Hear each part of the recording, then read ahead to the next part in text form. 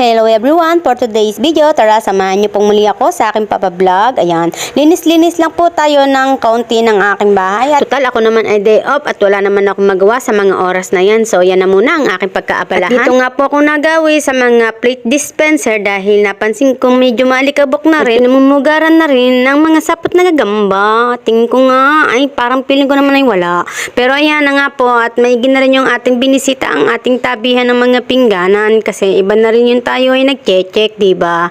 Ayan, inisa-isa ko nga palang tanggalin ng mga baso at dahil gusto ko ay malinis ko munang maigi ang mga pinagpatungan. At yan nga palang mga collection ko ay nung panahon na mahilig akong mag-order dahil gusto ko ay kapag ako ay tumigil sa trabaho, gusto ko marami akong mga naipon. At kailan naman kaya yung pagplano ko na pag-alis dito sa trabaho ko ay parang wala pa naman sa isip ko yun. Charot-charot lang yun, guys. Mas mainam pa rin yung marami na rin tayong na collection na pinaghirapan natin galing sa ating trabaho para dumating man yung araw na hindi na tayo magtrabaho ay makikita natin yung ating mga pinaghirapan. At hindi rin habang panahon tayo ay malakas sa trabaho. Kaya naman ayan, naisipan ko talagang mag-ipon ng mag-ipon. Dahil kahit malit na ang bahay ko, sige lang ng sige. Pero tumigil na talaga ako guys sa pag-order. Dahil bukod nga po doon ay napakalit lang naman talaga ng bahay ko. Para ipagsiksikan ko ang lahat ng mga in-order ko. Minsan ay nayayamot na nga sa akin si Mister.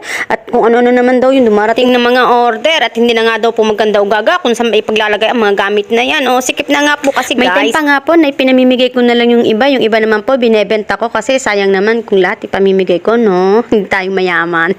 Natuwa lang po talaga ako ng mga panahon na yon. Dahil ang mindset ko nga po, may pambili naman ako. Bakit ako hindi order? Pero ngayon guys, parang hindi ko na maramdaman yung aking sahod.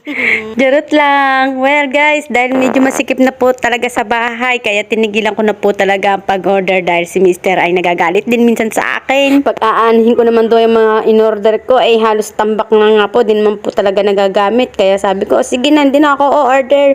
Gagamitin ko na lang yan kapag may okasyon, o diba? At least may stock kami, diba guys? So siya, balik na nga po pala tayo. Ayan, unti-unti ko na po silang linisin at ibinalik ko na nga po lahat ng mga kagamitan. At yung rep na nga po ang aking isinunod dyan dahil napansin ko rin na medyo marumi na rin yung rep namin. At hindi na nga po ako nagsayang ng oras dahil gusto ko kapag ako yung naglinis lahat ay dami-dami na at wala nang maiwan pa. Ayan, nagutom ako kaya kumain na rin po ako at ulam kagabi ang aking kinain, pati po sa ay dinamay ko na. Kasi hindi ka titigilan yan hanggat kumakain ka. So ayan, sabay na kaming kumain. At dahil natapos na nga po tayo sa mga gamit pang kusina, next day up ko naman po yung ibang mga linisin. So paano guys, hanggang dito na lamang po ang aking video. Sana'y nagustuhan nyo. Thank you for watching!